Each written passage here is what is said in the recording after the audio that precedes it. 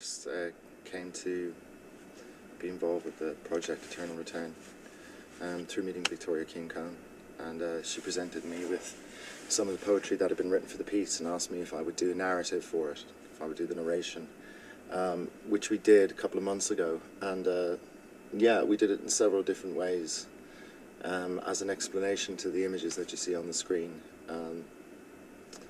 It's a very, very simple story of loss and rebirth.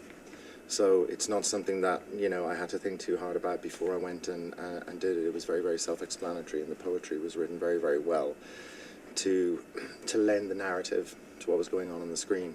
And because it's her first project, and as a first-time director, it kind of pleased me to go in and do something for it, to lend a voice to it.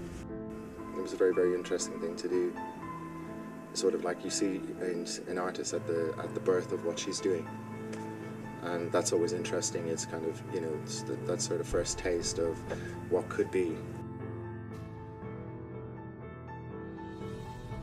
As an actor, of course, I have lots of friends who would have relations and then themselves sort of like have a certain amount of bipolarity. I think it's very, very common in the entertainment industry to have people who are the yin and yang of those sort of extremes. You know, I've worked with many people who are incredibly productive and have huge output due to their talent and their ambition.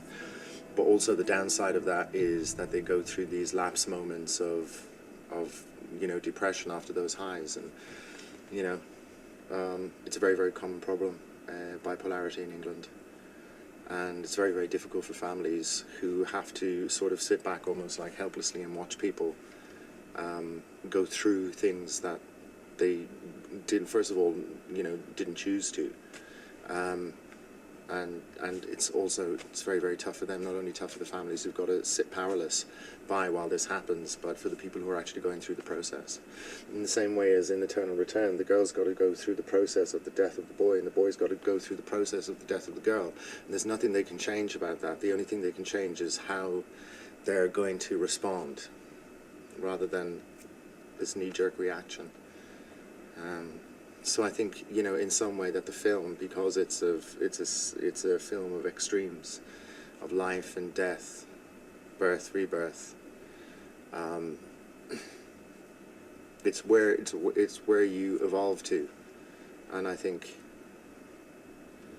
for myself, I suppose, as an actor, it's a constant process of evolution. For Victoria's the first-time director, it's the beginning of her evolution, and for people who are suffering from this illness, every day is an evolution in some way or other.